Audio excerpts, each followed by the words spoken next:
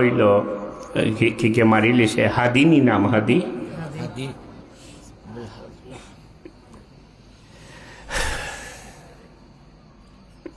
হাদি হাদি অর্থ লিডার হইতে পারে, হাদি অর্থ পথ দেখার হইতে পারে।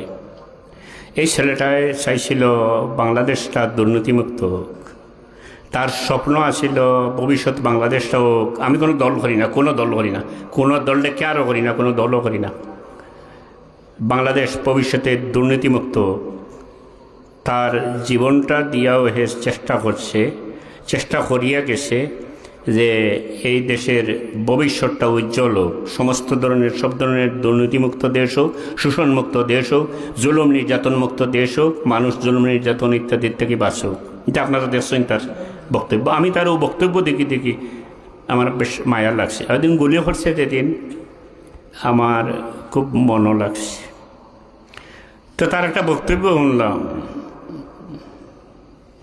হে খোর আপনারাও শুনছেন, যে আমি স্বপ্ন দেখি মিছিল লইয়া দেয়ার, মিছিলের আগে আমি এই দেশের লাগিয়া, এই মানুষের লাগিয়া আমার এই গুলি খরা হয়েছে, গুলি খরিয়া আমি গুলি খাইয়া আমি মরি দিয়ার, তখন আমার মনে হয় যে আমি মরিয়া বেহেশতে যাইমু এবং হাসি মুখে আল্লাহর কাছে যাইমু, শহীদ হইয়া আল্লাহর কাছে যাইমু।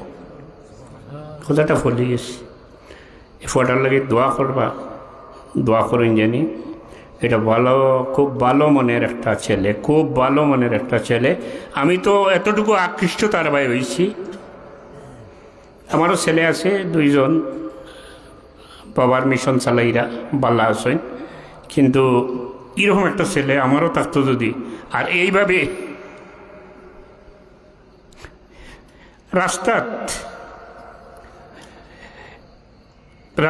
ওই এইভাবে তারে এই মিশন লইয়া হে দেশের মানুষের লাগিয়া নির্যাতিত, নিষ্পেষিত, অবহেলিত মানুষের দিশারি হিসেবে কাম করিয়া গেছে।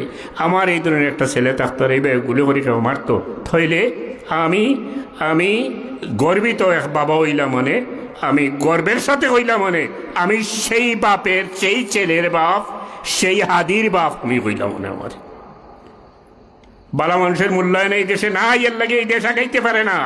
মারা হয়েছে একমাত্র কারণ তার মাঝে এত বেশি গুণ হয়েছিল যে গুণ সহ্য করতে পারছে না। দালাল হলে যে গুণ সহ্য করতে পারছে না, এই দেশে তারা ধ্বংস করতে চায়, তারা এরাই মারছে। যে কোনো লীগের মানুষ, আপনারা কথা কইলাম,